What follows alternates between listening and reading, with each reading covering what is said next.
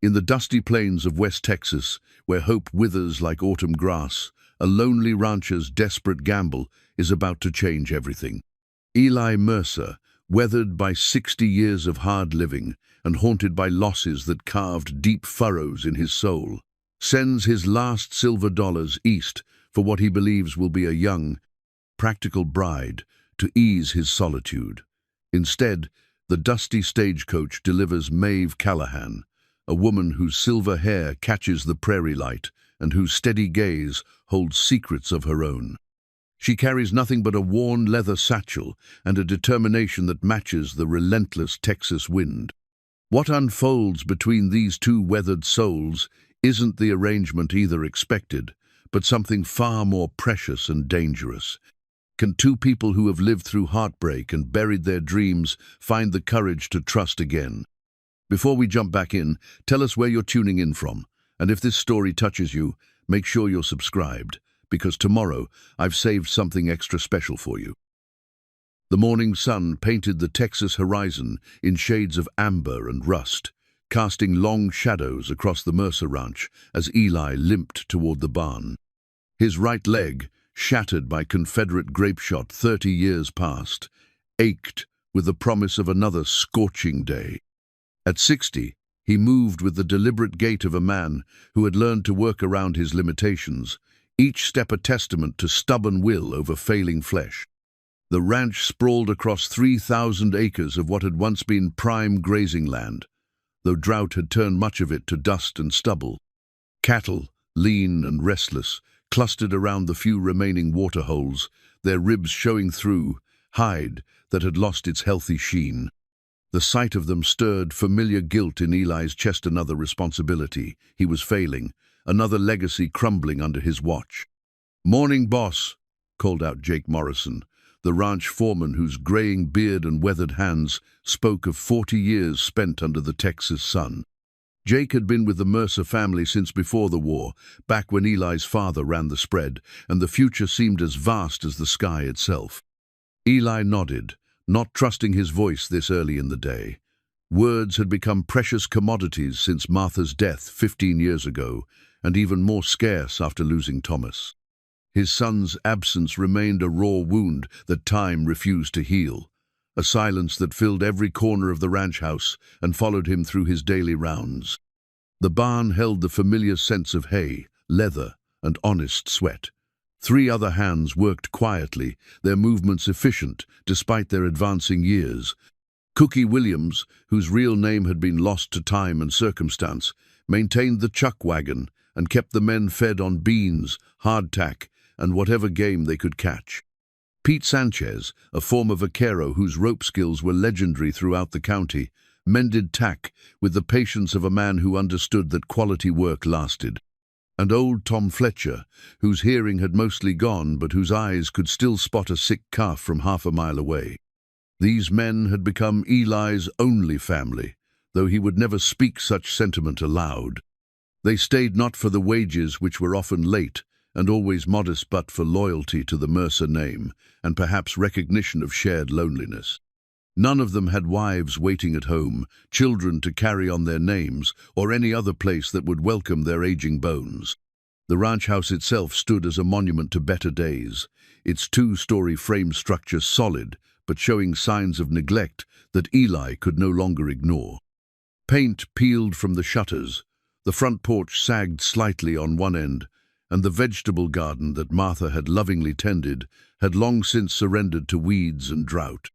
Inside, dust gathered in unused rooms, while Eli confined himself mostly to the kitchen, his bedroom, and the small office where bills and correspondence accumulated like autumn leaves.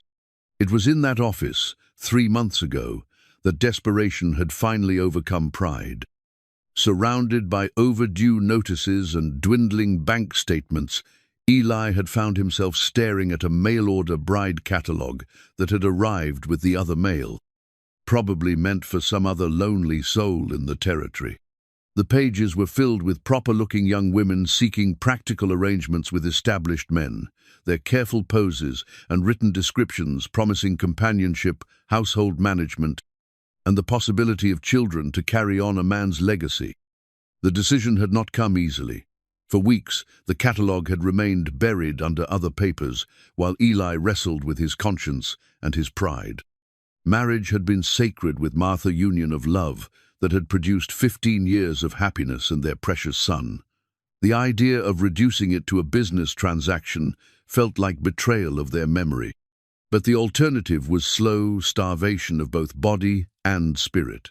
The ranch required a woman's touch to become a home again, and Eli required purpose beyond mere survival. At 60, he had perhaps 10 or 15 good years left, and the prospect of spending them entirely alone seemed worse than any compromise with his principles. The young woman he had selected from the catalogue was named Rebecca Hartwell, 26 years old, from a farming family in Ohio. Her letter had been practical and forthright, speaking of her domestic skills, her willingness to work hard, and her understanding that their arrangement would be based on mutual benefit rather than romantic sentiment. She seemed perfect for his needs, young enough to bear children, experienced enough to manage a household, and realistic enough to accept the terms of their agreement. Eli had sent $200 nearly, the last of his cash reserves, along with a letter detailing the challenges of ranch life and his own limitations as a husband. He had been honest about his age, his injury, and his expectation that their relationship would begin as a partnership with the possibility of deeper affection growing over time. Rebecca's response had been prompt and encouraging, confirming her arrival date and expressing her readiness to begin their new life together. That had been 6 weeks ago. Today, if the stage was on schedule, Rebecca Hartwell would arrive to begin their carefully negotiated future. Eli had spent the morning trying to make the house presentable, sweeping floors that had not seen a woman's attention in years, and attempting to bring order to rooms that had become repositories for his accumulated solitude. The irony was not lost on him that he was preparing for companionship with all the enthusiasm of a man facing surgery. Love, he had learned, was not something that could be ordered from a catalogue or negotiated through correspondence. But perhaps, at his age, companionship and mutual respect would prove sufficient foundation for whatever years remained to him. As he made his final preparations, checking his pocket watch and adjusting his best shirt, Eli allowed himself to hope that Rebecca Hartwell would find the ranch acceptable and his company tolerable. The alternative, continued isolation until age or illness finally claimed him, seemed too bleak to contemplate. The stage would arrive within the hour, carrying with it the possibility of renewal or the confirmation of his worst fears about the choices that desperation could drive a man to make. Either way, after today, the Mercer Ranch would never be quite the same again. In his desk drawer, carefully wrapped in faded cloth, lay his old war medal, a piece of bronze and ribbon that represented both honor and the price of survival. He had not looked at it in years, could not bear the weight of what it represented. Today, as he prepared to meet his mail-order bride, he wondered if courage came in different forms at different stages of life, and whether the bravery required to open one's heart again might prove more challenging than anything he had faced on the battlefield. The dust cloud appeared on the horizon at precisely 2 o'clock, announcing the arrival of the weekly stage from San Antonio. Eli positioned himself on the front porch, his weight shifted to his good leg, watching as the familiar conveyance bounced and swayed across the rutted road that led to his ranch. His hands, despite his efforts to appear calm, trembled slightly as he adjusted his collar one final time. Jake Morrison emerged from the barn, drawn by the sound of approaching horses and the unusual sight of his boss, waiting in full view like a man expecting company. The foreman's weathered face showed carefully controlled curiosity. Eli had mentioned expecting a visitor, but had provided no details about the nature of this arrival. The stage driver, a grizzled man named Harlan, who had been running this route for the better part of 2 decades, pulled the team to a halt with a flourish of dust and jingling harness. He climbed down from his perch with the deliberate movements of a man whose joints protested every jarring mile of his profession. "Afternoon, Eli," Harlan called out, tipping his hat with the easy familiarity of long acquaintance. "Got a passenger for you today. Lady says she's expected." Eli's heart hammered against his ribs as the stage door opened. He had rehearsed this moment in his mind dozens of times, imagining how he would greet Rebecca Hartwell with appropriate courtesy while maintaining the dignified reserve befitting their business arrangement. He had prepared words of welcome, gestures of assistance, and expressions of hope for their mutual satisfaction with the agreement they had struck. What emerged from the dusty interior of the stagecoach bore no resemblance to his carefully constructed expectations. The woman who stepped down onto the hard-packed earth was not 26, but closer to his own age. Her silver-streaked hair pinned back in a practical style that spoke of years spent managing classrooms rather than seeking husbands. She wore a traveling dress of deep blue wool, worn but well-maintained, and carried herself with the straight-backed dignity of someone accustomed to authority. Her face, lined by sun and time but still handsome, held intelligent grey eyes that took in the ranch, the house, and Eli himself with the measuring gaze of a woman who had learned to assess situations quickly and thoroughly. "Mr. Mercer?" she asked, her voice carrying the cultured tones of education and the slight weariness of long travel. "I am Maeve Callahan." The name hit Eli like a physical blow. Not Rebecca Hartwell, not the young woman whose practical letters had convinced him that a marriage of convenience might prove workable, but a complete stranger whose very presence represented the collapse of his carefully laid plans. "There's been some mistake," he managed, his voice rougher than intended. "I was expecting—" "Rebecca Hartwell," Maeve finished, reaching into her traveling bag to withdraw a folded document. "Yes, I imagine you were.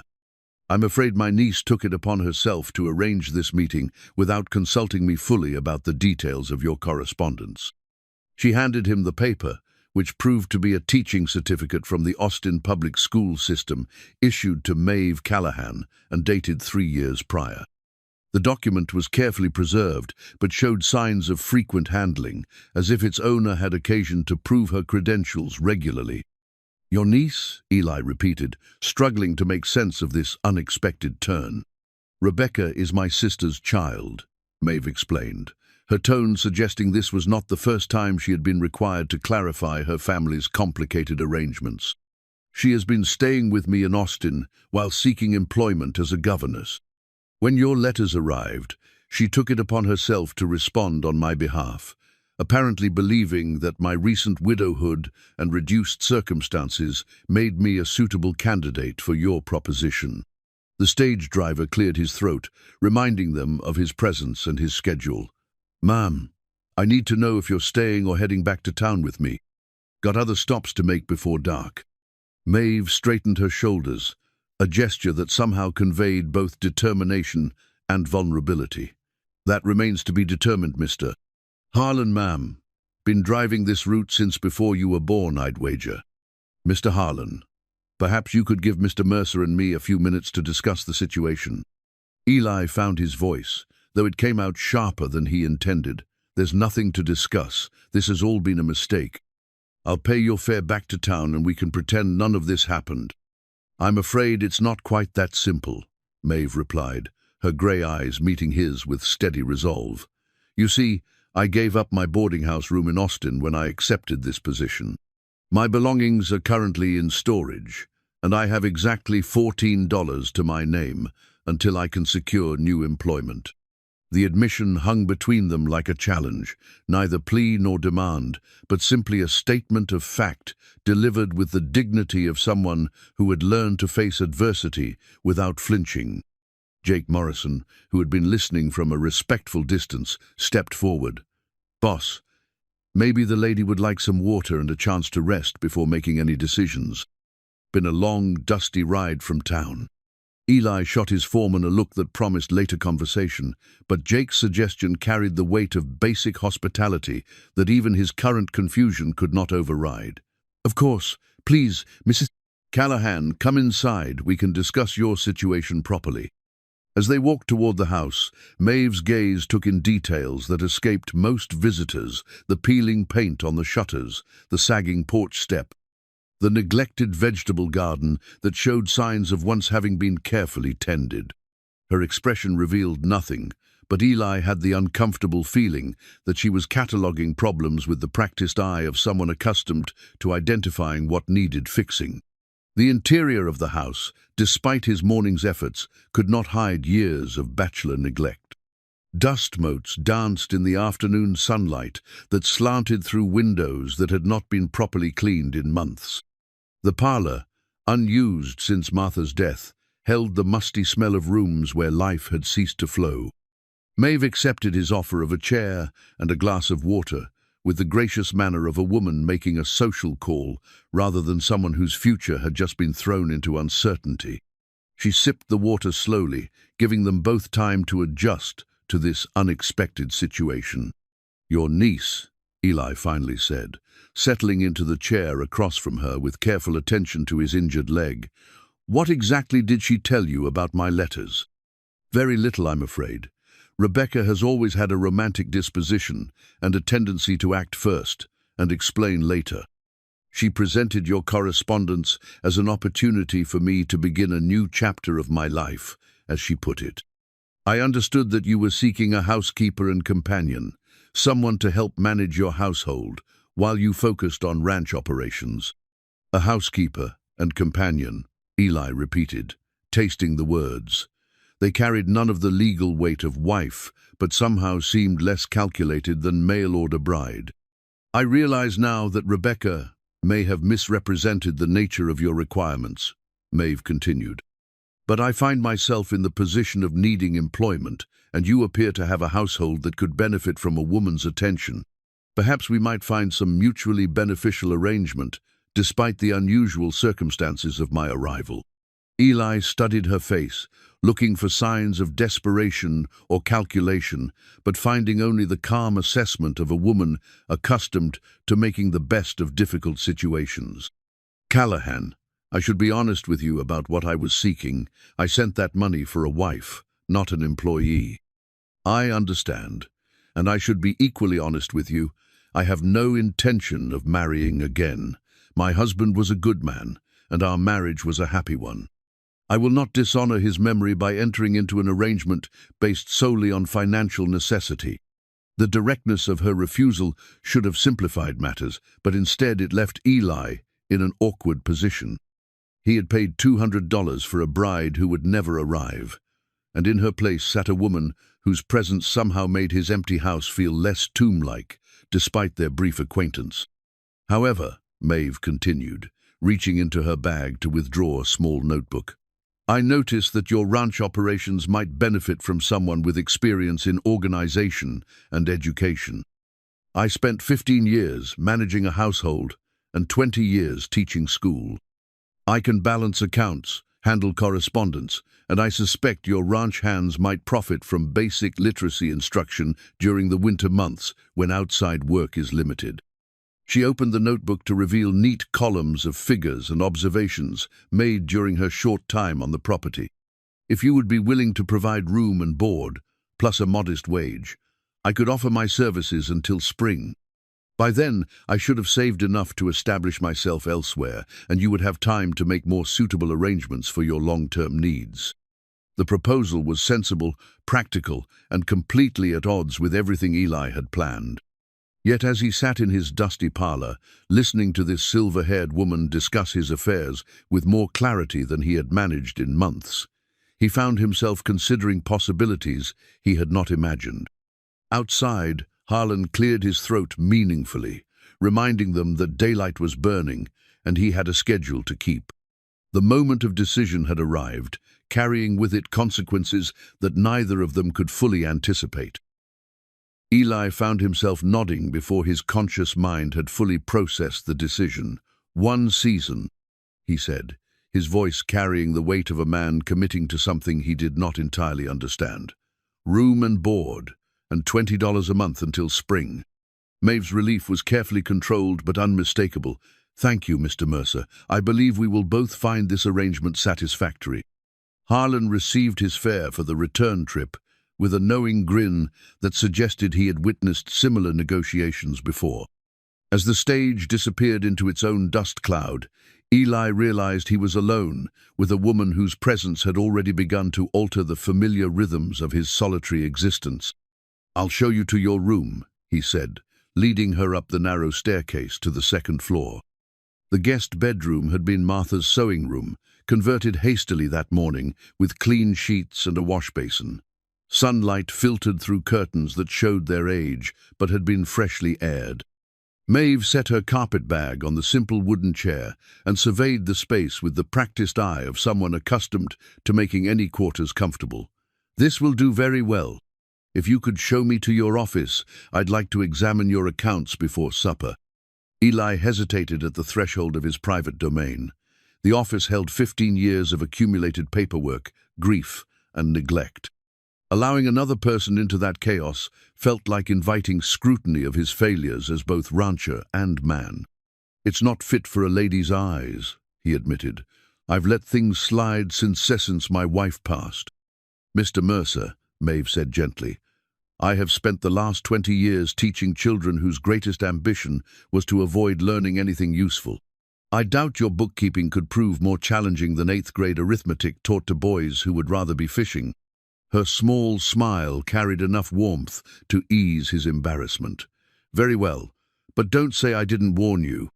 The office proved every bit as chaotic as Eli had feared.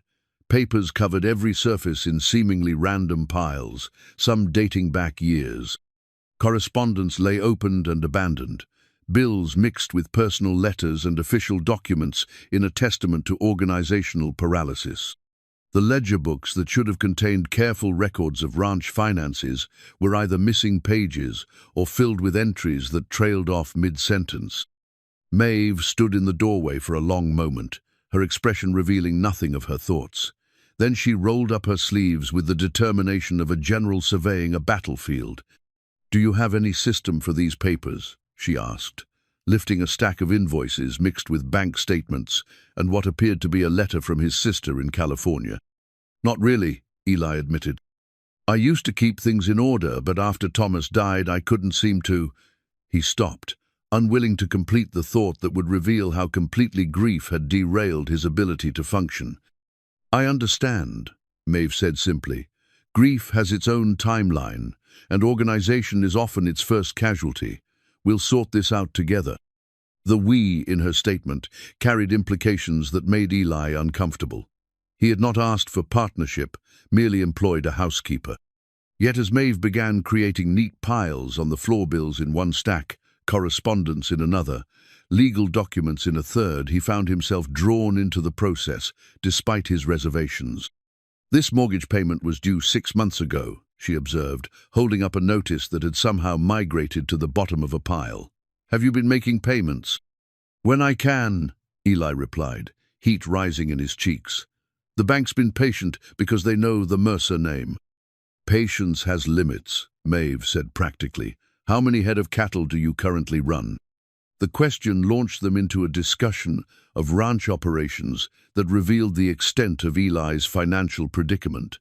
Drought had reduced his herd by 30% over the past 2 years. Feed costs had risen, while beef prices remained depressed.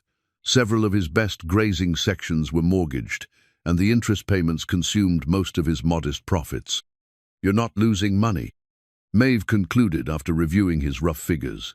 "But you're not making enough to sustain operations long term.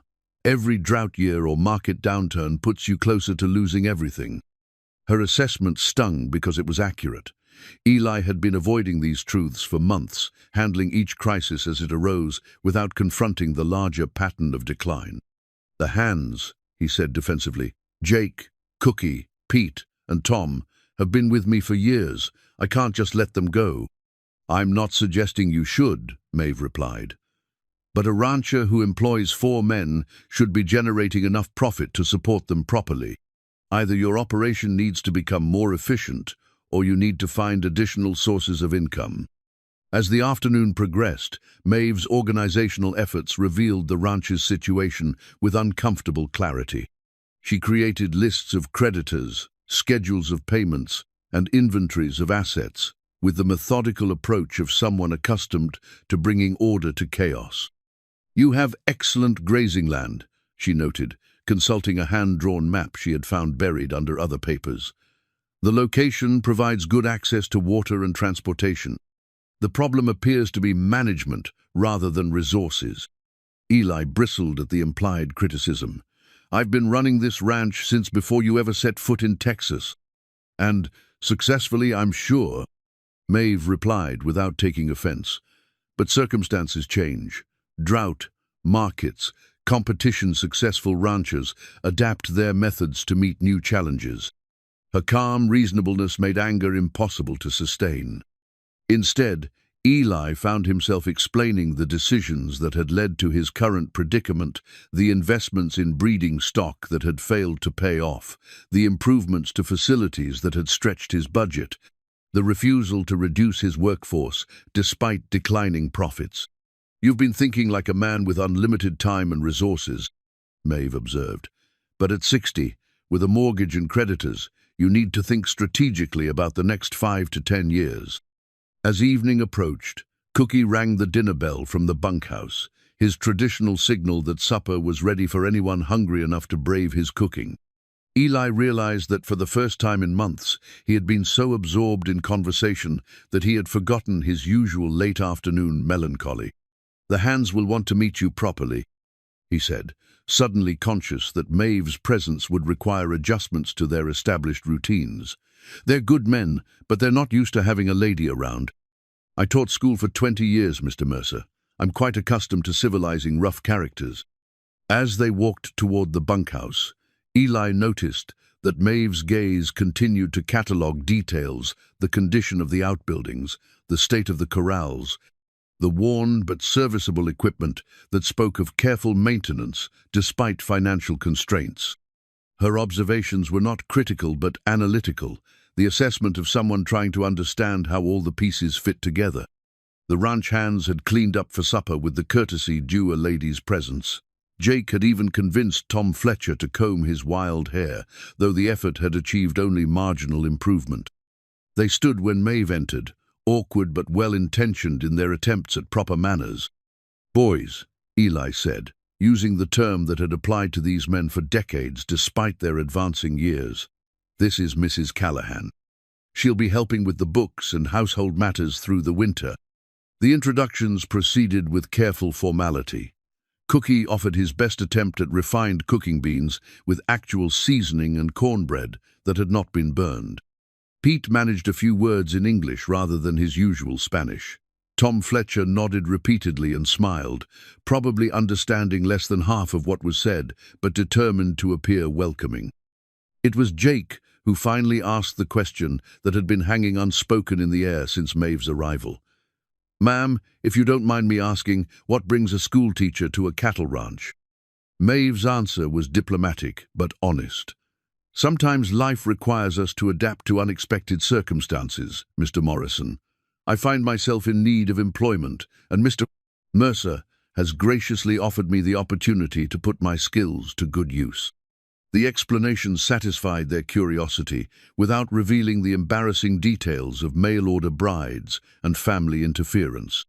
As the meal progressed, Eli watched his men respond to Maeve's genuine interest in their work and their lives. She asked intelligent questions about ranch operations, listened carefully to their answers, and treated them with the respect due experienced professionals rather than hired labor. By the time they returned to the house, full darkness had settled over the ranch. Maeve lit the oil lamp in the office and resumed her sorting with the determination of someone who intended to finish what she had started. "You don't need to work tonight," Eli said. "This mess took years to create. It can wait another day." "Perhaps," Maeve replied, not looking up from the papers she was organizing. "But I prefer to understand the full scope of a problem before attempting solutions. Knowledge reduces anxiety, in my experience." Eli found himself lingering in the doorway, reluctant to return to his solitary evening routine. For the first time in years, the house felt inhabited rather than merely occupied, animated by another person's presence and purpose. 3 days into Maeve's residency, the ranch had begun to show signs of feminine influence that surprised Eli with their subtle power. Clean curtains appeared at the kitchen windows. The perpetual layer of dust vanished from surfaces, and meals arrived at regular intervals, rather than whenever Cookie remembered to ring his bell. More striking was Maeve's effect on the ranch hands. She had proposed teaching them to read during the evening hours, using old newspapers and ranch supply catalogs as textbooks. The suggestion had been met with skepticism from men who had survived decades without formal education, but curiosity had gradually overcome resistance. Mrs. Callahan, Pete Sanchez said during their first lesson, struggling with an advertisement for horse liniment, "Why this word guaranteed got so many letters if it just mean promise?" "Because English borrowed it from French." Maeve explained patiently, using the blackboard she had improvised from a piece of slate. "Many of our longest words come from other languages, which is why they seem unnecessarily complicated." Tom Fletcher, whose hearing loss made group instruction challenging, proved surprisingly adept at reading once Maeve provided him with written materials. His pride in successfully working through a paragraph about cattle breeding techniques was evident to everyone present. Even Cookie, who claimed his eyes were too old for book learning, had begun asking Maeve to help him read recipes from a cookbook that had belonged to his long-dead mother. The sight of the gruff cook carefully copying instructions for apple pie, his weather-beaten hands forming letters with childlike concentration, stirred something in Eli that he was reluctant to examine too closely. But it was while organizing the ranch's administrative chaos that Maeve made her most unsettling discovery. Hidden beneath a stack of correspondence dating back several years, she found a small wooden toy horse, carved with the crude but loving skill of a father's hands. Eli entered the office to find her holding the toy with careful reverence, her expression soft with understanding. The sight of it in another person's hands hit him like a physical blow, awakening grief that he had thought safely buried. "Thomas made that," he said, his voice rough with emotion he could not control. "He was 8 years old, proud as anything when he finished it. Said he was going to make a whole herd of horses, maybe some cattle too." Maeve set the toy gently on the desk, her grey eyes reflecting the kind of compassion that came from personal experience with loss. "He sounds like he was a remarkable boy." He was. The words came out broken, carrying 15 years of accumulated sorrow. Fever took him that winter. One day he was playing with that horse, making up stories about cattle drives and adventures. 3 days later he was gone. The tears came without warning, 15 years of suppressed grief breaking through the barriers that Eli had constructed around his heart. He had not cried since the day they buried Thomas, had not allowed himself the luxury of mourning because survival had required all his strength. Maeve said nothing, but her presence filled the silence with understanding rather than judgment. When the storm of emotion finally passed, she handed him a clean handkerchief without comment, allowing him to compose himself with dignity intact. "Martha blamed me," Eli continued, needing somehow to complete the story now that it had begun. "Said if I hadn't been so focused on the ranch, maybe I would have noticed the signs earlier, gotten the doctor sooner. She was probably right." "Grief makes us cruel to ourselves and others," Maeve said quietly. "I said terrible things to my husband during his final illness, blamed him for getting sick, for leaving me alone, for not fighting harder to stay. Guilt is grief's cruelest companion." Her admission created a bridge of shared experience that made Eli's confession feel less like weakness. "Martha never forgave me. We lived in the same house for 7 more years, but she never forgave me. When she died, I almost felt relieved, and then I hated myself for feeling that way." "Thomas would be 23 now," Maeve observed, gently redirecting his focus toward what might have been rather than dwelling on loss. "What do you think he would have made of the ranch? Would he have wanted to continue your work?" The question surprised Eli with its forward-looking perspective. For 15 years, he had thought of Thomas only as the 8-year-old boy who had died, never imagining him as the man he might have become. "He loved the cattle," Eli said slowly, the memory bringing a smile despite his tears. "Used to follow me around, asking questions about everything. Why did we brand them? How did we know which ones were healthy? He had plans to improve the bloodlines, breed better stock." Then perhaps the best way to honor his memory would be to continue that work, Maeve suggested. To build the ranch he dreamed of, even if he can't be here to see it. The conversation marked a turning point in their relationship. Eli had revealed his deepest wound, and Maeve had responded not with pity, but with practical wisdom that acknowledged both loss and possibility. The wooden horse remained on the desk where she had placed it, no longer hidden but not quite restored to prominence either. Over the following days, their evening work sessions developed a comfortable rhythm. Maeve would organize papers and update ledgers, while Eli reviewed her recommendations and explained the historical context behind various decisions. Their conversations ranged from immediate practical concerns to larger questions about the ranch's future direction. "Your breeding program shows promise," Maeve noted, reviewing records of cattle purchases and sales. "But you're not documenting bloodlines consistently. A buyer wants to know exactly what he's purchasing." "Thomas was going to help me with that," Eli admitted. "He had a head for details, could remember every cow's lineage better than I could write it down." "Then we'll create the system he would have wanted," Maeve replied matter-of-factly. "Proper records will allow you to charge premium prices for quality stock." Her assumption that they would work together beyond the immediate crisis of organizing his affairs had become so natural that Eli barely noticed it. Maeve spoke of spring plans and long-term improvements as if her temporary employment had already extended into permanent partnership. The drought that had plagued the region for 2 years showed no signs of breaking. Water sources that had sustained the ranch for generations were reduced to muddy pools. Cattle clustered around the remaining wells, their condition deteriorating despite the hand's best efforts to find adequate grazing. It was during one of these difficult periods that rustlers struck, taking advantage of scattered herds and overextended resources. Jake discovered the theft during his morning rounds, finding clear evidence that someone had driven off nearly 30 head during the night. "Professional job," Jake reported grimly. "They knew exactly which section to hit, took the best breeding stock, and covered their tracks like men who've done this before." Eli's first instinct was to ride out with his men, track the thieves, and recover his property through direct confrontation. It was the response of a younger man accustomed to solving problems through decisive action. Maeve's reaction was characteristically different. "Have you reported this to the sheriff?" she asked. "Sheriff Hawkins is 60 miles away and probably wouldn't arrive before the trail goes cold," Eli replied. "We handle our own problems out here." "And how has that approach worked for your neighbors?" Maeve inquired.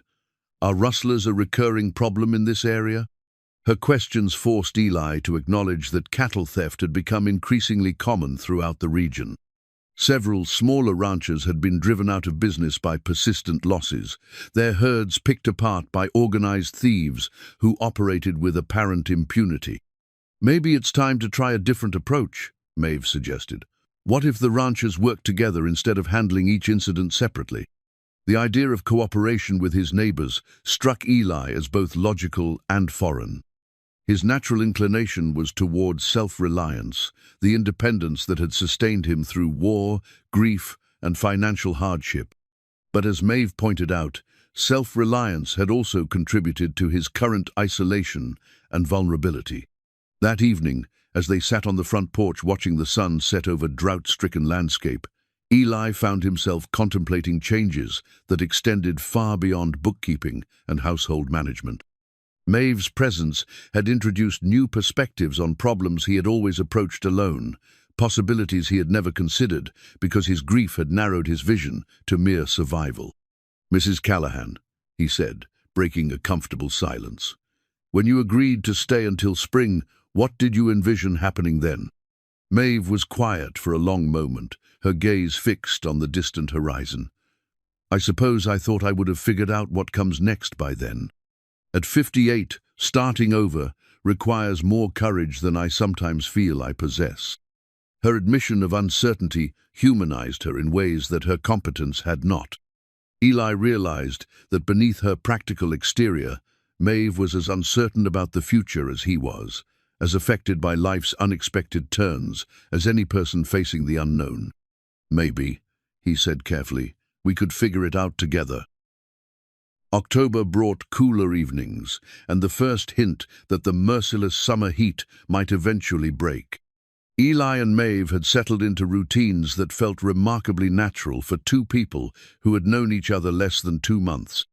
Their evening work sessions had expanded beyond bookkeeping to include wide-ranging conversations about everything from ranch management to memories of their respective marriages. It was Maeve who finally forced the issue by proposing to visit the Henderson Ranch herself if Eli wouldn't make the first move. The thought of her traveling alone across territory where rustlers operated freely was enough to overcome his resistance. "I'll go," he said quickly, "but I'm not making any promises about what I'll agree to." The visit to the Henderson Ranch proved illuminating in ways Eli had not anticipated. Frank Henderson, a man roughly his own age who had been struggling with similar problems, welcomed him with the relief of someone who had been hoping for exactly this conversation. "Been thinking we needed to talk," Frank admitted over coffee in his kitchen. "These thieves aren't random opportunists. They know our routines, our weak spots, probably been watching us for months." The discussion that followed revealed the scope of the problem. Nearly every ranch in a 30-mile radius had suffered losses, but no one had been comparing notes or coordinating responses. The thieves had been able to operate with impunity because their victims were too proud or too isolated to seek help. "My wife keeps saying we should move to town," Frank continued. "Open a store or something safer, but this land has been in my family for 20 years. I don't want to be the generation that gives up." His sentiment echoed Eli's own feelings about the Mercer Ranch. Despite all his struggles, the idea of abandoning the spread felt like betraying not just Thomas's memory, but the entire legacy his family had built. By the time Eli returned home, plans for coordinated patrols and shared intelligence had been established. More importantly, he had rediscovered the value of community connections that his grief had caused him to neglect. "How did it go?" Maeve asked, looking up from the ledger she had been updating. "Better than expected," Eli admitted. "Frank Henderson's a good man, and he's as tired of running scared as I am. We're going to try working together, see if we can't make life harder for these rustlers." "And how do you feel about that decision?" The question was characteristic of Maeve's approach to difficult topics, direct but gentle, focused on emotional rather than purely practical considerations. Eli had learned that her inquiries usually led to insights he might not reach on his own. "Nervous," he said honestly. "It's been a long time since I relied on anyone besides myself and the boys. But also relieved, I think. Some problems are too big for one person to solve alone." That evening, as they sat before the fire with Eli playing a slow, contemplative melody on his fiddle, both of them recognized that their relationship had evolved far beyond the employer-employee arrangement they had originally negotiated. They had become partners in ways that neither had anticipated, their individual strengths combining to address challenges that had seemed insurmountable when faced alone. But with deeper connection came complications that neither was quite ready to address directly. Maeve's presence had transformed the ranch from a lonely outpost into something approaching a home, but her employment was still scheduled to end with spring's arrival. And beneath their growing friendship lay undercurrents of attraction and affection that complicated the clear boundaries they had initially established.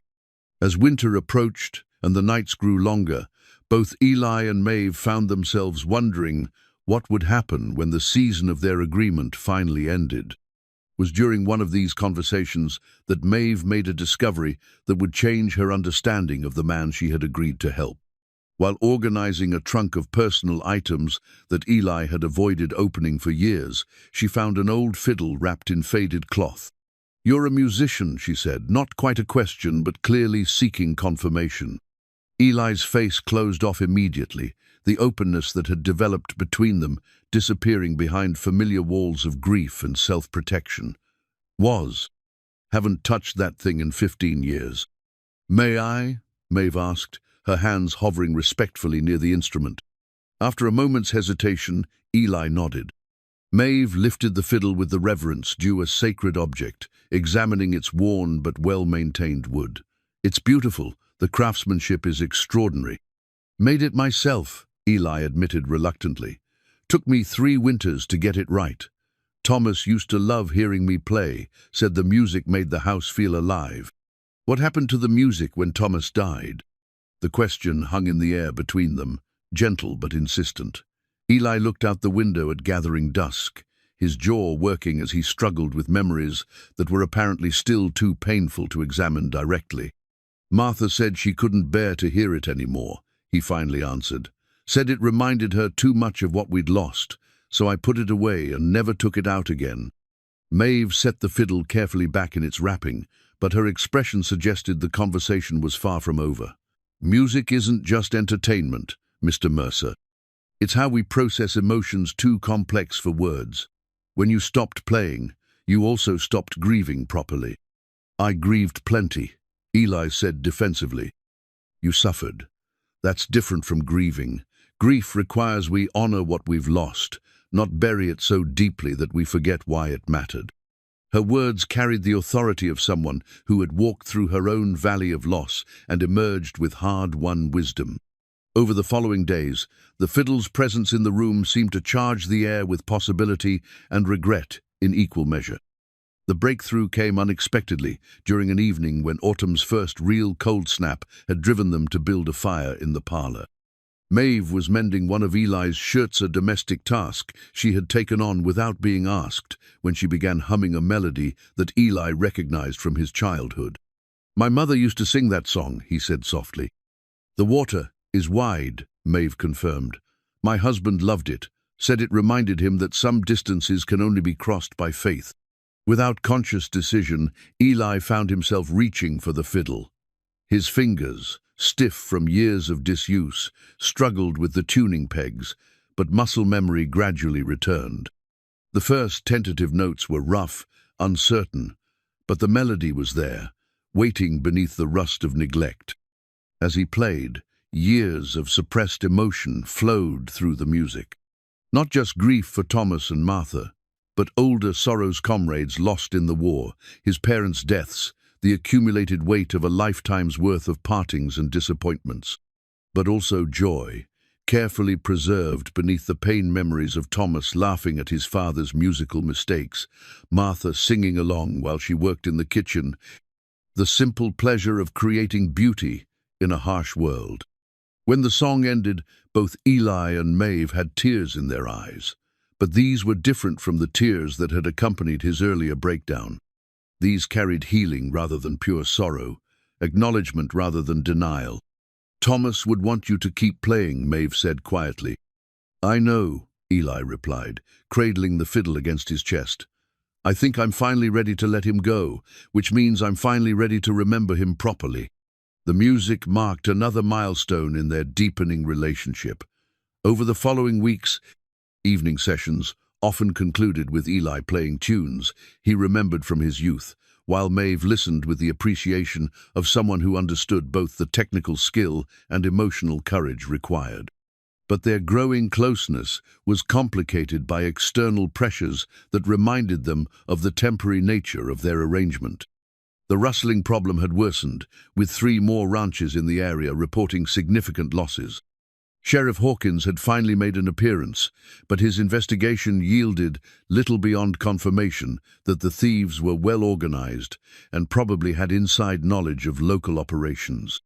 More troubling was the discovery that several smaller ranchers were considering selling out rather than continuing to fight thieves, drought, and declining profits. If that trend continued, the character of the entire region would change, with large corporate operations replacing the family ranches that had defined the area's culture for generations. We need to organize, Maeve insisted during one of their strategy sessions. Individual ranchers are easy targets, but a coordinated response could make theft unprofitable. Eli remained skeptical about cooperation with neighbors he had barely spoken to in years. His natural inclination toward independence warred with growing recognition that isolation had made him vulnerable in ways that extended beyond criminal activity. The Hendersons have been good neighbors, he admitted, referring to the family that ran the spread adjacent to his. And Jim Morrison, Jake's brother, might be willing to coordinate patrols if we approached him right. Then let's approach him, Maeve said practically. What's the worst that could happen? They say no, and you're no worse off than you are now. Her logic was unassailable, but Eli found himself hesitating for reasons that had little to do with practical concerns. Reaching out to neighbors would require admitting that he needed help, acknowledging that his years of self-imposed isolation had been a mistake. Pride, it seemed, was a harder enemy to defeat than rustlers or drought. November brought the first killing frost, and with it a discovery that would change everything Maeve understood about the life she was helping to rebuild. While organizing materials in Thomas's old rumor space, Eli had finally agreed to convert into a proper office. Found a small wooden box containing her son's treasured possessions. Among the carefully preserved items was a pressed wildflower, its purple petals still retaining traces of their original color, despite 15 years of careful storage. A note, in a child's careful handwriting, identified it as Indian paintbrush from the creek for Mama's garden. He collected flowers for Martha, Eli explained when Maeve showed him the discovery. Every spring, he'd bring her bouquets from his walks around the ranch. She pressed the special ones in her Bible, said they were too beautiful to let fade completely. Maeve held the delicate specimen up to the lamplight, marveling at how something so fragile had survived when stronger things had perished. "Where is Martha's Bible now?" Eli's expression grew distant. "Buried with her. I thought she'd want to take her flowers with her." "But Thomas meant for them to bring life and beauty to this world," Maeve observed gently. "Perhaps preserving them properly would honor both their memories." Over the following days, Maeve began a project that seemed to heal something in the ranch's wounded atmosphere. Using techniques she had learned from her own mother, she carefully restored the flower and created a frame that would preserve it permanently. But more than that, she began encouraging Eli to share stories about the life that had once filled these rooms with laughter and love. "Tell me about Thomas's walks," she would say as they worked together in the evenings. "What did he see that adults missed?" Gradually, Eli found himself remembering details he had buried along with his grief. Thomas's fascination with the hawks that nested in the cottonwoods along the creek. His determination to map every corner of the ranch, creating childish but detailed drawings of landmarks and animal habitats. His plans to build a treehouse where he could watch for cattle rustlers and wild horses. "He had such imagination," Eli said, smiling at memories that no longer carried only pain. "Used to tell me stories about the adventures he'd have when he was old enough to ride the range by himself. Cowboys and Indians, cattle drives to mysterious destinations, buried treasure hidden in the hills. He sounds like he inherited his father's storytelling ability," Maeve observed, referring to the tales Eli had begun sharing during their evening conversations. As winter settled in earnest, the coordinated patrols with neighboring ranchers began to show results. The organized approach had disrupted the rustlers' operations, forcing them to seek easier targets elsewhere. But success came with its own complications, as reports arrived of increased activity in counties to the south and west. "We've just moved the problem," Frank Henderson observed during one of their regular meetings at the Mercer Ranch. "These thieves are like wolves, they'll keep hunting until someone stops them permanently." The conversation that followed revealed the scope of the criminal organization they were fighting. Evidence suggested a network of thieves, buyers, and corrupt officials that extended across multiple counties. Individual ranchers working together had been effective at local protection, but dismantling the entire operation would require resources and authority they did not possess. It was Maeve who suggested involving the territorial government, writing letters to officials in Austin who might have the power to coordinate a broader response. Her experience with bureaucracy and formal correspondence proved invaluable in crafting appeals that would be taken seriously by distant officials. "You have a gift for this," Eli told her as she drafted yet another carefully worded request for assistance. "Making complex situations clear, finding the right words to convince people to act." 20 years of writing reports for school superintendents," Maeve replied with a slight smile. You learn to present facts in ways that motivate action rather than just document problems. But their success in addressing external threats was shadowed by growing awareness of internal complications that neither was quite ready to confront directly. As winter nights grew longer and their evening conversations more intimate, both Eli and Maeve found themselves navigating feelings that transcended their original practical arrangement. The turning point came during a December blizzard that trapped them together in the ranch house for 3 days. With the hands safely ensconced in the bunkhouse and no possibility of outside contact, Eli and Maeve experienced a kind of domestic intimacy that revealed how completely their lives had become intertwined. They cooked together, Maeve teaching Eli techniques she had learned from her grandmother, while he shared knowledge of preserving meat and making do with limited supplies. They read aloud to each other, from books found in Martha's collection, discovering shared appreciation for poetry and novels that transported them far from the isolated ranch. Most significantly, they talked with the honesty that comes when people realize they have moved beyond social conventions into genuine friendship. Maeve spoke of her marriage to Robert, a kind but unimaginative man who had provided security but little intellectual stimulation. Eli described his courtship of Martha, a whirlwind romance that had produced 15 years of happiness, followed by 7 years of gradual estrangement. "Do you ever wonder what would have happened if we had met when we were younger?"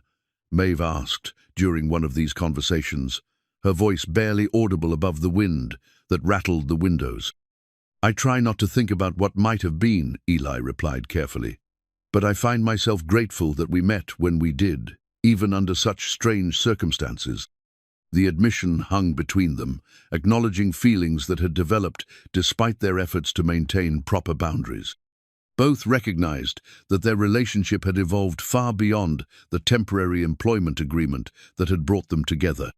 When the storm finally passed and normal routines resumed, both Eli and Maeve found themselves acutely aware that spring and the end of their agreed arrangement was only a few months away. The approaching deadline forced them to confront questions they had been avoiding about what would happen when the season of their partnership officially ended.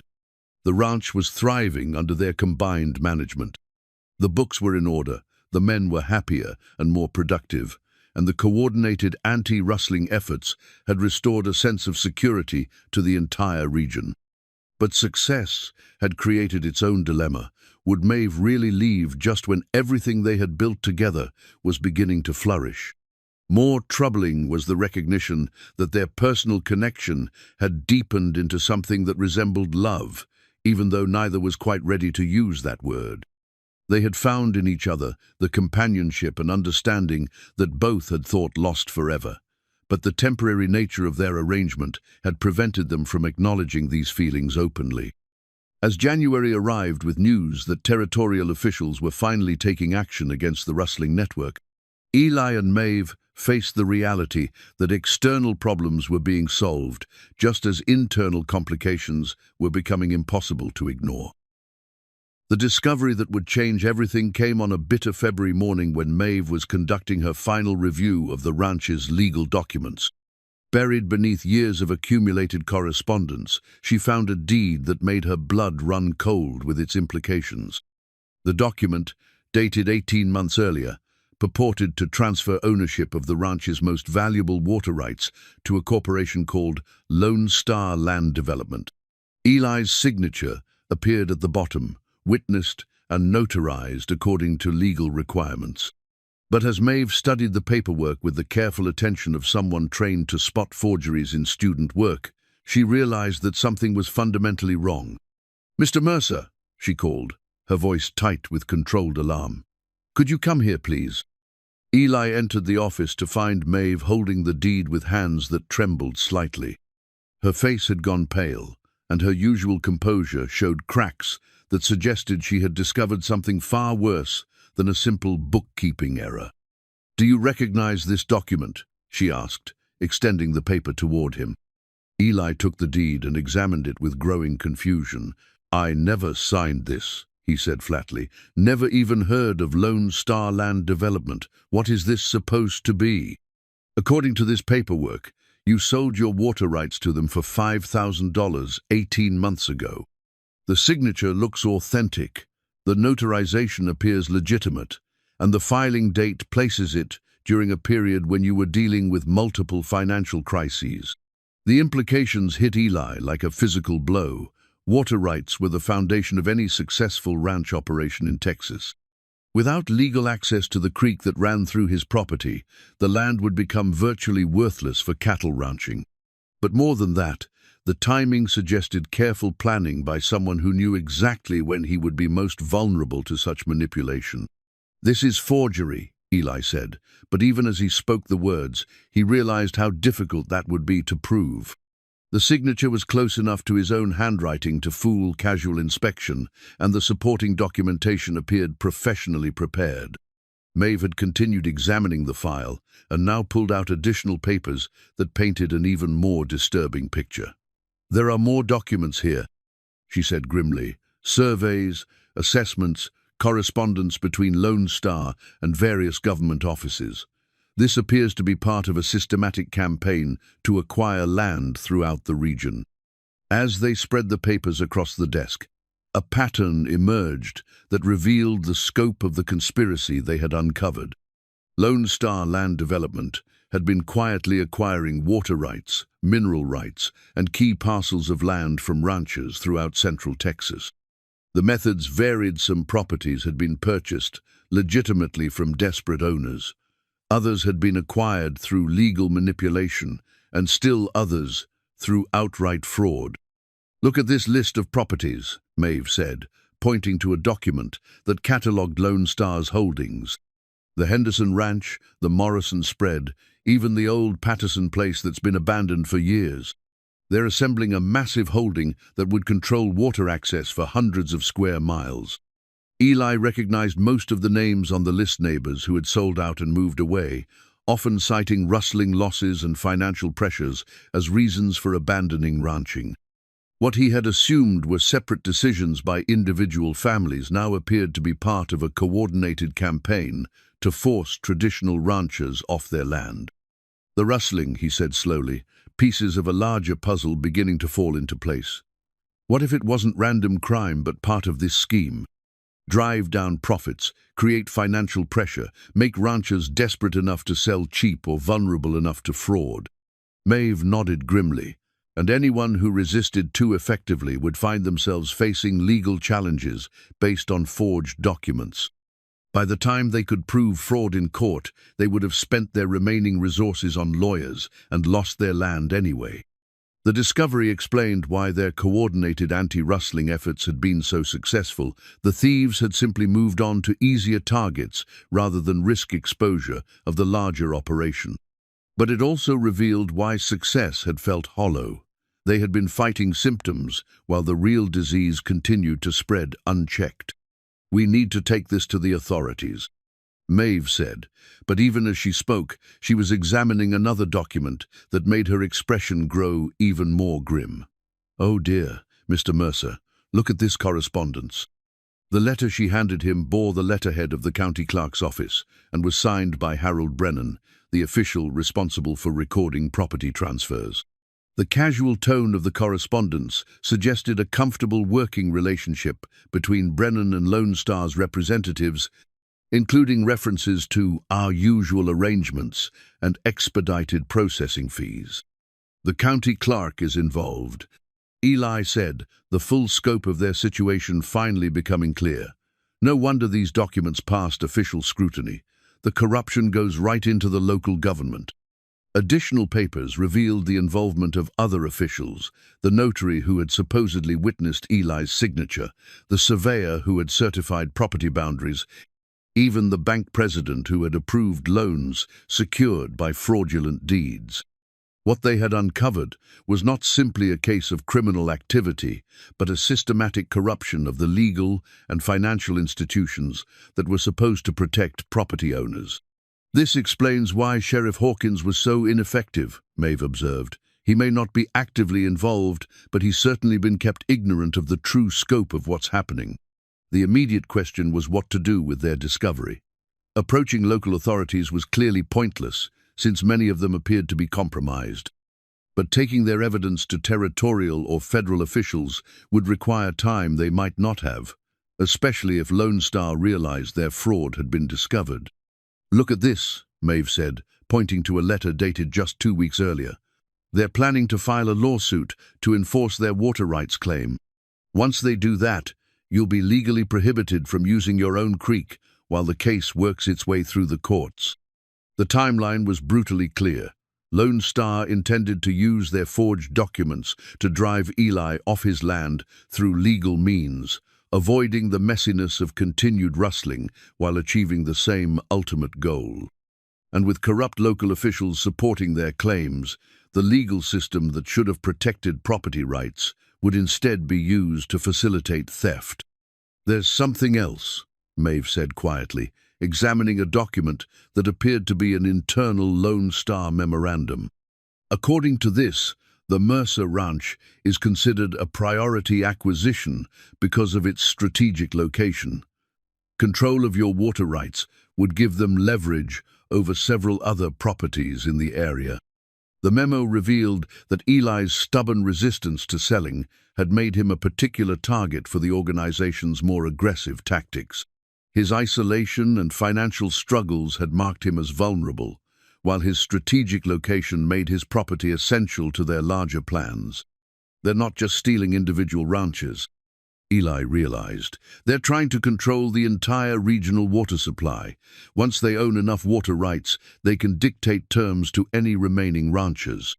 The scope of the conspiracy was staggering, but so was the danger they now faced. Lone Star had invested significant resources in their fraud and would not tolerate exposure of their methods. Eli and Maeve had stumbled upon evidence that could destroy a multi-county criminal enterprise, but they were isolated individuals facing an organization with vast resources and official protection. "We need help," Maeve said simply. "This is too big for us to handle alone." But as they looked through the papers scattered across the desk, both realized that their options were severely limited.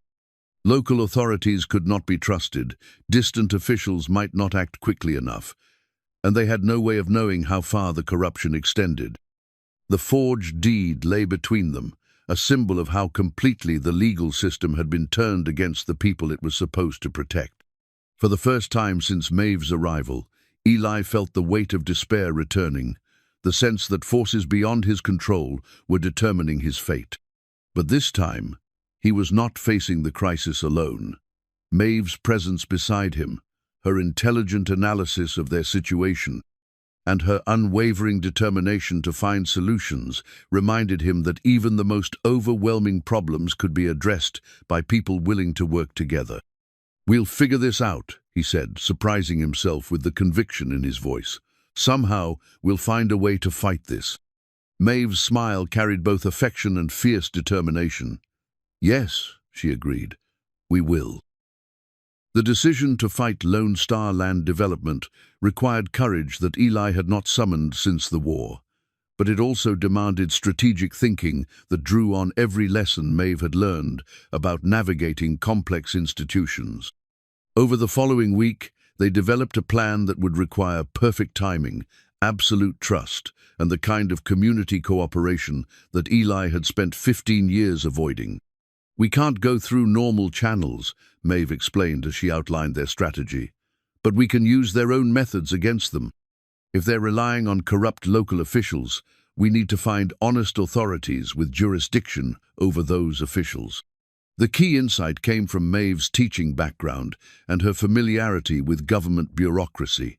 Federal marshals had authority over local corruption, territorial officials could override county decisions, and newspaper editors in distant cities might be interested in exposing systematic fraud that extended across multiple counties.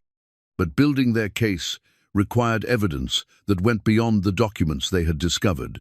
They needed testimony from other victims, proof of the officials' involvement, and documentation that would convince skeptical authorities that the conspiracy was real and extensive. "Frank Henderson needs to know what we've found," Eli said. "If his water rights were stolen the same way mine were, he'll want to help expose these people." The meeting with Henderson and other neighboring ranchers revealed the full scope of Lone Star's operations. Nearly every family in the region had been affected, either driven off their land entirely or pressured into selling valuable rights for far less than their actual worth. But fear of legal retaliation had kept most victims silent, creating the isolation that made individual resistance ineffective. They told me the sale was legal. Henderson admitted when shown the pattern of forged documents.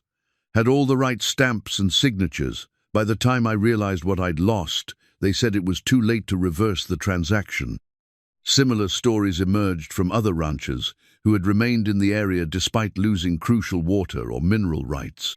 The systematic nature of the fraud became clear as families shared experiences they had previously kept private out of shame or fear.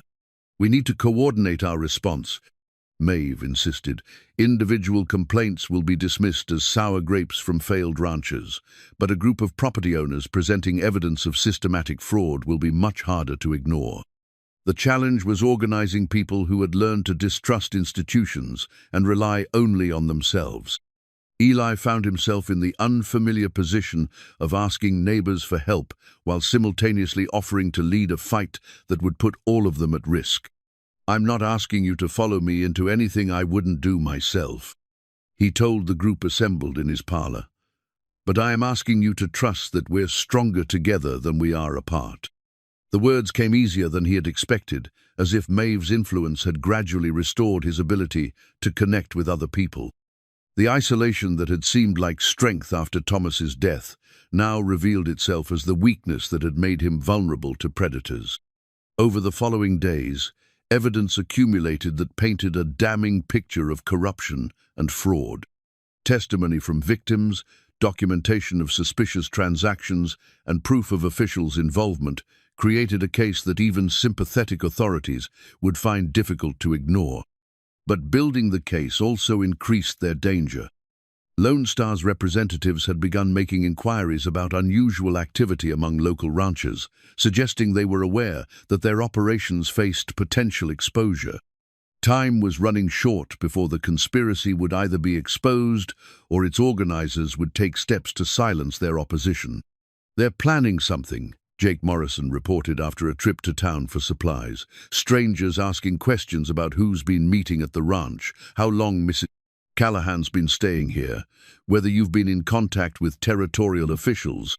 The surveillance confirmed what Eli and Maeve had suspected. Their investigation had been discovered, and Lone Star was preparing countermeasures. The question was whether they could complete their case and get it to honest authorities before their enemies acted to stop them. It was during this tense period that Eli made a decision that surprised even himself.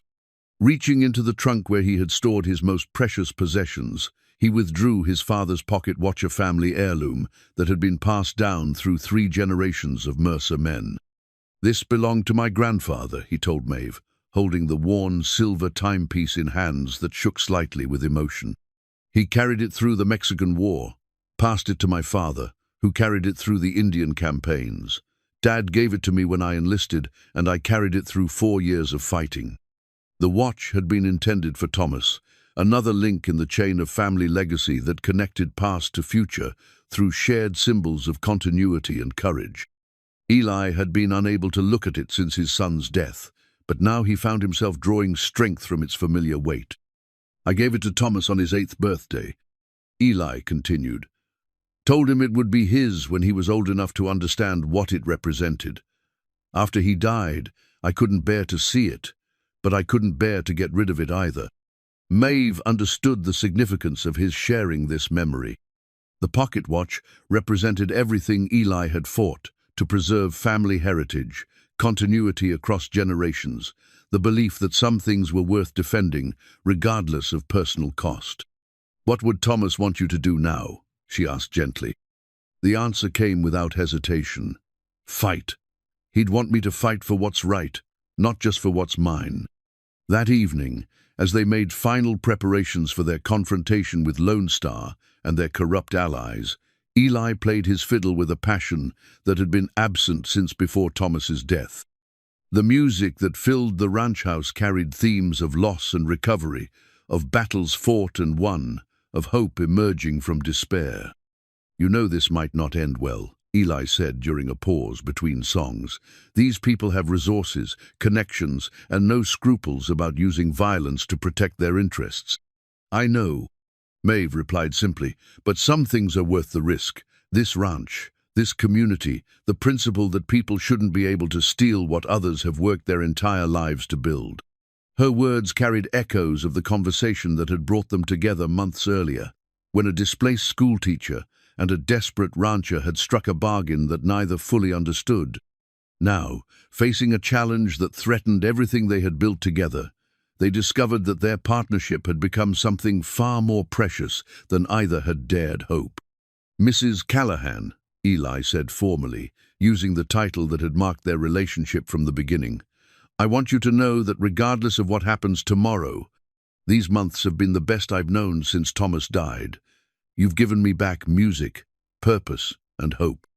"Mr. Mercer," Maeve replied with equal formality, "you've given me a home when I thought I would spend my remaining years as a stranger in other people's houses. Whatever happens, we'll face it together."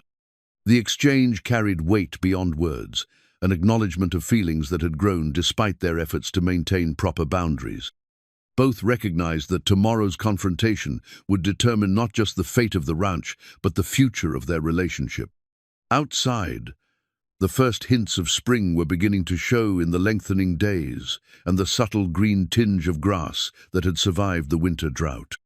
The season that was supposed to mark the end of Maeve's employment was arriving, but neither she nor Eli spoke of departures or endings.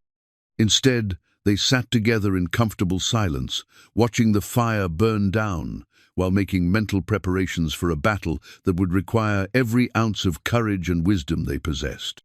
The pocket watch ticked steadily on the mantel, marking time that seemed both precious and fleeting as they faced an uncertain future with the quiet confidence of people who had found something worth defending. Tomorrow would bring their confrontation with forces that threatened to destroy everything they valued. But tonight, they had each other, and that was enough to sustain them through whatever challenges lay ahead. The town hall meeting was scheduled for 2 o'clock on a crisp March afternoon, but by noon the building was already crowded with ranchers, townspeople, and curious onlookers, drawn by rumors of dramatic revelations about local corruption. Eli and Maeve arrived early, carrying a leather satchel filled with the evidence they had so carefully assembled over the past weeks. Harold Brennan, the county clerk whose correspondence had revealed his involvement in Lone Star's schemes, presided over the meeting with the nervous confidence of a man who believed his official position would protect him from any serious challenge.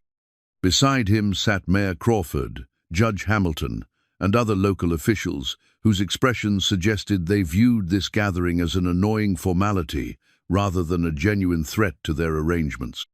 "This meeting has been called to address certain allegations that have been circulating regarding property transactions in our county," Brennan announced, his voice carrying the dismissive tone of someone accustomed to controlling such proceedings. "I want to assure everyone that all property transfers have been conducted according to established legal procedures." Murmurs rippled through the crowd as people recognized the inadequacy of this opening statement. Frank Henderson had spread word about the meeting throughout the ranching community, and the room contained dozens of families who had been affected by Lone Star's operations. Eli stood slowly, his injured leg requiring careful attention as he rose to address the assembly. The sight of him preparing to speak created expectant silence. Most people present knew him by reputation, but had rarely heard him participate in community discussions. "Mr. Brennan," Eli said, his voice carrying clearly through the room, "I'd like to present some information that might interest this gathering." "The floor recognizes Mr. Mercer," Brennan replied, though his expression suggested he would prefer to recognize almost anyone else. Maeve stood beside Eli, her presence providing silent support as he began laying out their case. From the leather satchel, he withdrew the forged deed that had started their investigation, holding it high enough for the entire assembly to see. "This document claims that I sold my water rights to Lone Star Land Development 18 months ago," Eli announced. "The signature appears to be mine, The notarization looks official, and the filing was accepted by the county clerk's office. But I never signed this document, never agreed to any such sale, and never received the $5,000 it claims I was paid. The accusation sent a visible shock through the room. Property fraud was serious business in a community where land ownership represented the foundation of economic survival. But more shocking was the implication that local officials had facilitated such fraud. "That's a serious allegation, Mr. Mercer," Judge Hamilton interjected, his judicial robes lending authority to his skeptical tone. "Do you have proof that this document was forged?" Maeve stepped forward, her teaching background evident in the calm, methodical way she addressed the question. "Your Honor, we have evidence that goes far beyond this single document. May I present our findings to the Assembly?" At the judge's grudging nod, Maeve began laying out their case with the systematic approach of someone accustomed to presenting complex information to diverse audiences. She displayed additional forged documents, correspondence revealing official involvement, and testimony from other victims who had remained silent until now. "The pattern is clear," she explained, her voice carrying the authority of careful research and logical analysis. Lone Star Land Development has been systematically acquiring property throughout this region through a combination of fraud, coercion, and corruption of local officials. As she spoke, other ranchers began standing to corroborate her testimony. Frank Henderson confirmed that his water rights had been purchased through similar suspicious documentation. The widow Patterson admitted that pressure from mysterious creditors had forced her to sell mineral rights she had never intended to part with. Family after family stepped forward with stories that painted a devastating picture of coordinated theft disguised as legitimate business. But the most damning moment came when Maeve produced the correspondence between Harold Brennan and Lone Star representatives. Reading selected excerpts aloud, she revealed the casual nature of their conspiracy and the financial arrangements that had motivated official cooperation. "These letters discuss expedited processing fees and our usual arrangements," Maeve said, her voice remaining steady despite the explosive nature of her revelations. "They reference specific documents by number and include instructions for avoiding normal oversight procedures." The effect on the assembled crowd was electric. Angry murmurs grew into outright shouting as people realized the extent to which they had been betrayed by officials they had elected to protect their interests. Brennan's face had gone pale, while other implicated officials began exchanging worried glances. "These allegations are preposterous," Mayor Crawford declared, rising to his feet with the bluster of a man hoping volume could substitute for credibility. "Mr. Mercer and his associateer, obviously trying to create controversy where none exists. Their so-called evidence could have been fabricated by anyone with access to official letterhead." But even as he spoke, Crawford's protests were undermined by the arrival of unexpected reinforcements for Eli and Maeve's position. Federal Marshal William Torres entered the hall accompanied by two deputies, their presence transforming the atmosphere from heated discussion to serious legal proceeding. "Marshal Torres," Judge Hamilton said, clearly surprised by this development, "we weren't expecting federal involvement in what is essentially a local property dispute." "Your Honor," Marshal Torres replied with the quiet authority of someone accustomed to dealing with corruption at every level, "we've been investigating reports of systematic fraud affecting multiple counties in this territory. The evidence presented here today confirms much of what our investigation has already uncovered." The marshal's words sent a chill through the officials who had assumed their local connections would protect them from serious consequences. Federal jurisdiction meant that their corrupt arrangements with county and territorial authorities would provide no shelter from prosecution. Maeve reached into her bag and withdrew her most precious weapon in this confrontation, an old hymnal that had belonged to her grandmother. As tension in the room reached a breaking point, she opened the worn book and began singing in a clear, strong voice that commanded attention through its very unexpectedness. "Amazing grace, how sweet the sound that saved a wretch like me. I once was lost, but now am found, was blind, but now I see." The familiar hymn had an immediate calming effect on the crowd, its message of redemption and hope offering an alternative to the anger and recrimination that had been building. One by one, other voices joined hers, until the entire hall resonated with the sound of a community remembering its better angels. When the song ended, the atmosphere had transformed from confrontational to reflective. Marshal Torres stepped forward to address the assembly with renewed authority. "Ladies and gentlemen," he said, "what we've heard today represents just the beginning of a comprehensive investigation into corruption that has affected communities throughout this territory. Justice will be served, but it will require continued cooperation from honest citizens willing to stand up for what's right."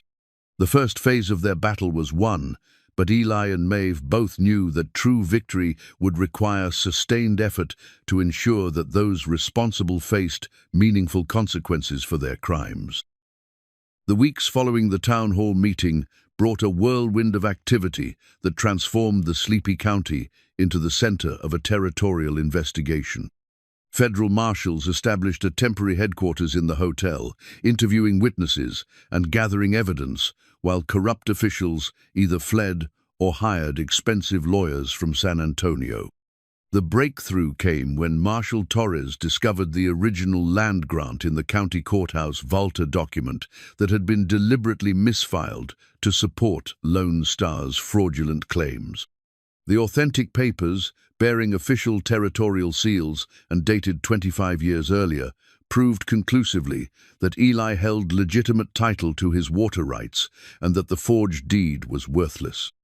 "This document settles the immediate question of your property rights," Torres explained to Eli and Maeve during a meeting in the ranch office.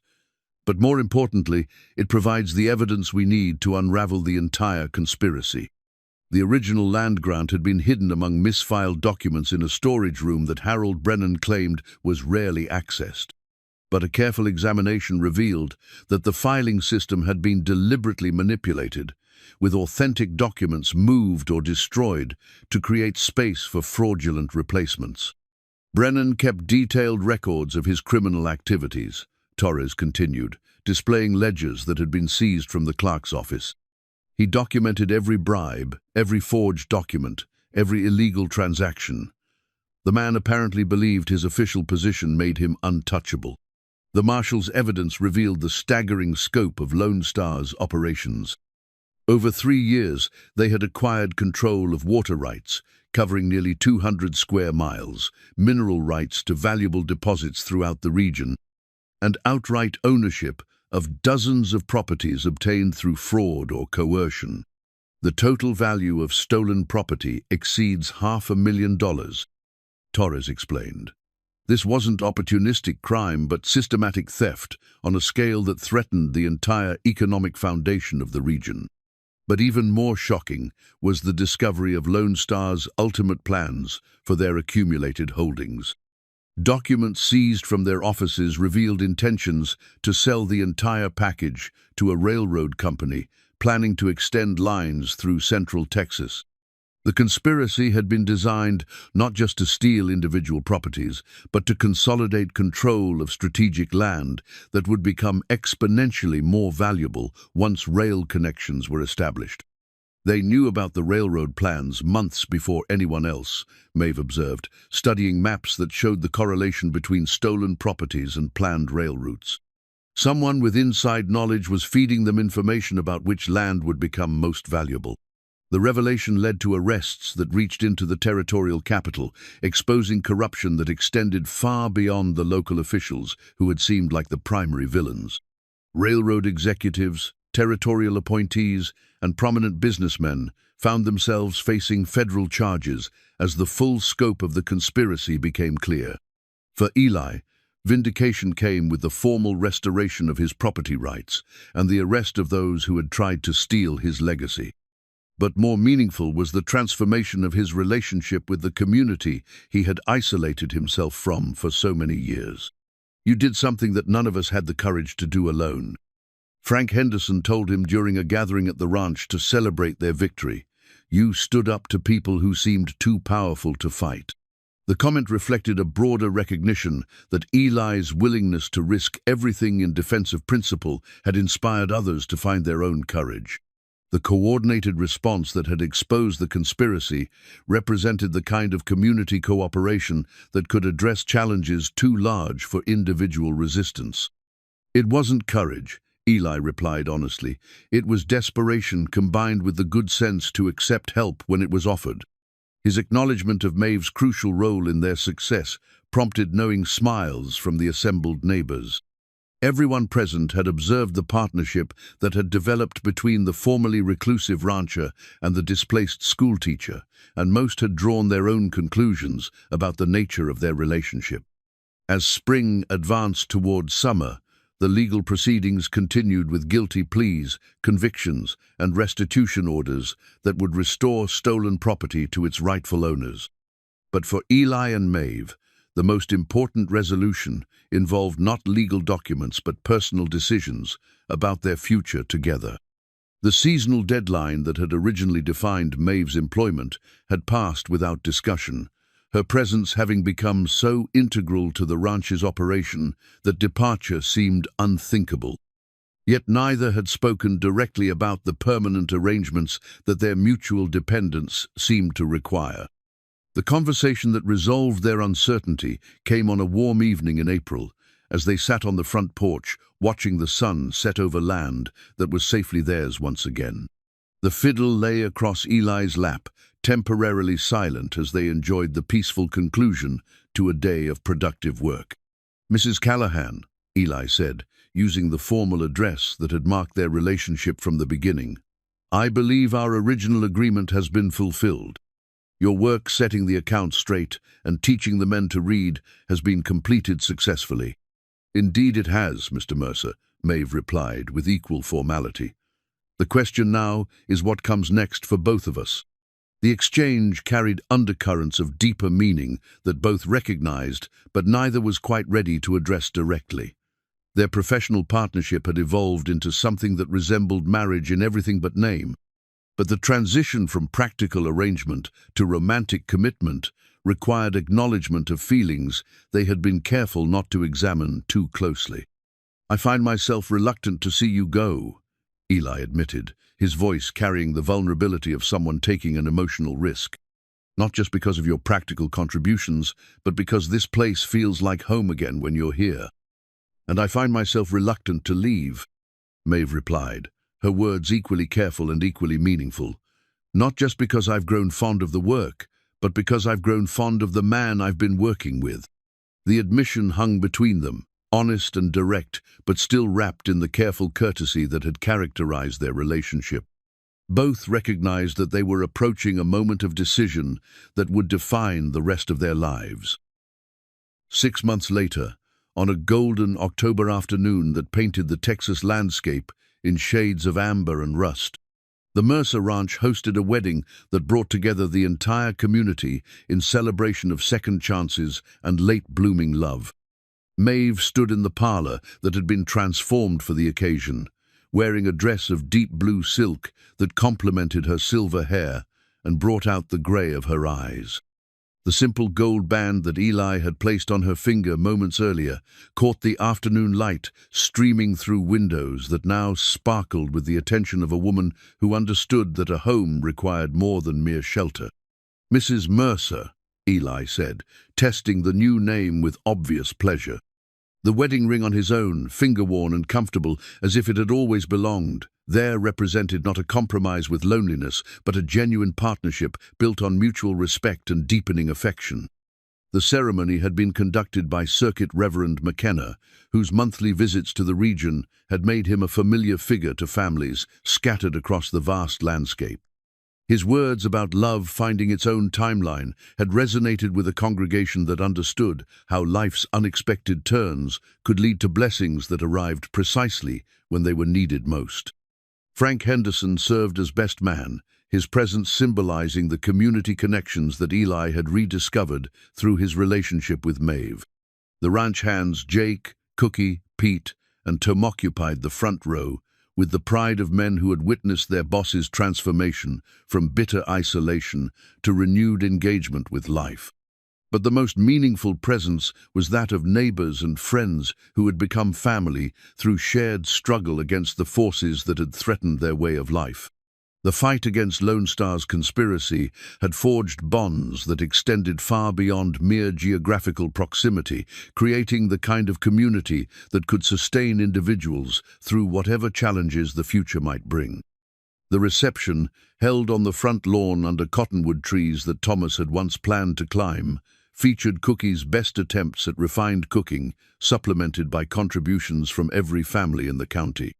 Tables groaned under the weight of dishes that represented the cultural diversity of the region: German sausages, Mexican tamales, southern cornbread, and Scandinavian pastries brought by settlers who had carried their traditions across vast distances to build new lives in Texas. As evening approached and the celebration took on the warm glow of lanterns strung between trees, Eli retrieved his fiddle for the first time since their wedding ceremony began. The music that emerged was different from the melancholy tunes that had marked his solitary years livelier, more hopeful, infused with the joy of a man who had rediscovered reasons to celebrate. "Play The Water Is Wide," Maeve requested, referring to the song that had marked the beginning of his return to music months earlier. But instead of the mournful ballad, Eli launched into a spirited rendition of Buffalo Gals, inspiring couples to form dancing sets on the improvised dance floor that the ranch hands had constructed from wooden planks. The sight of his neighbors enjoying themselves on his land, celebrating his happiness, fulfilled dreams that Eli had buried along with his son so many years before. Maeve moved through the celebration with the grace of someone who had found her proper place in the world.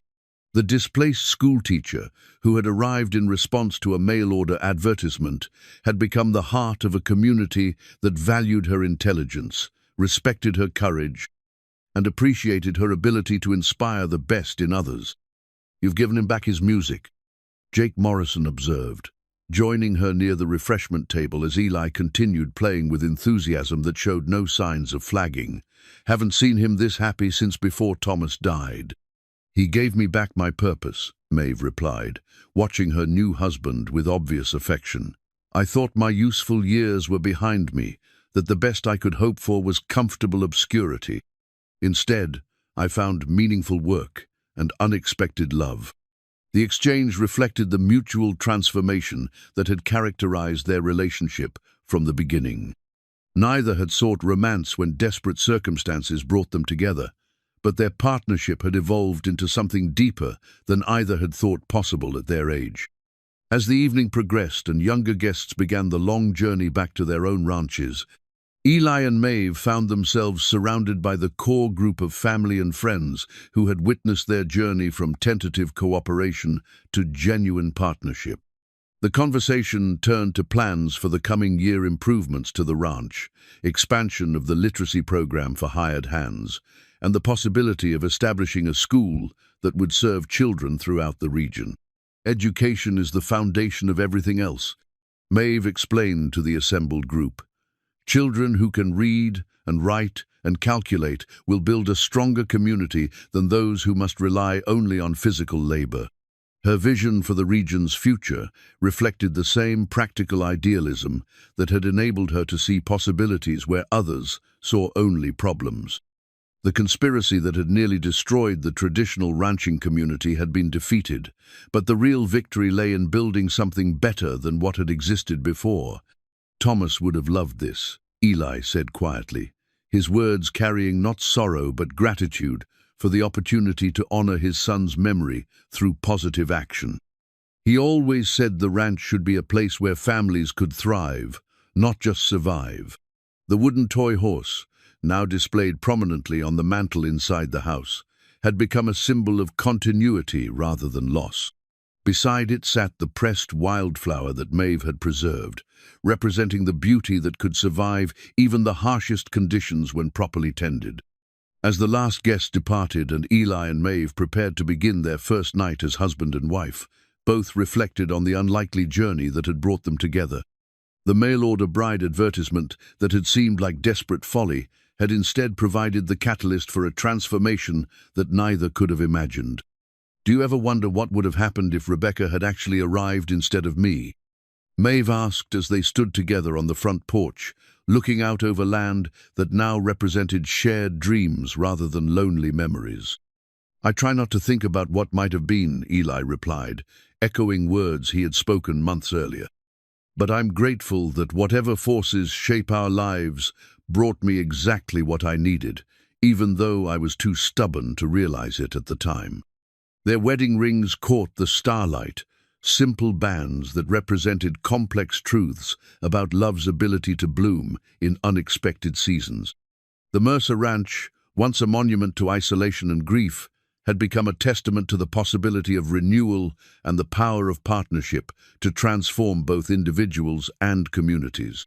Inside the house, the fiddle rested in its place of honor, ready to provide music for whatever celebrations and sorrows the future might bring. The accounts were balanced, the legal troubles resolved, and the community strengthened by shared struggle and mutual support. But more than that, two people who had thought their chances for happiness were behind them had discovered that love, like hope, could push through even the most parched ground when the conditions were finally right for growth. As they prepared for sleep in the home that had once echoed with loneliness but now resonated with contentment, Eli and Maeve looked forward to whatever adventures their remaining years might hold. They had found in each other not just companionship but partnership, not just affection but deep and abiding love. The drought that had threatened to destroy everything they valued had finally broken, and the first green shoots of new grass were beginning to appear across the landscape. Like their own late-blooming romance, the return of life to the land promised that renewal was always possible for those with patience to wait and wisdom to recognize opportunity when it finally arrived. The story that had begun with a desperate gamble and a fortunate mistake had become a testament to the truth that love, like grass after rain, could flourish in the most unlikely circumstances when tended by hearts brave enough to remain open to unexpected blessings.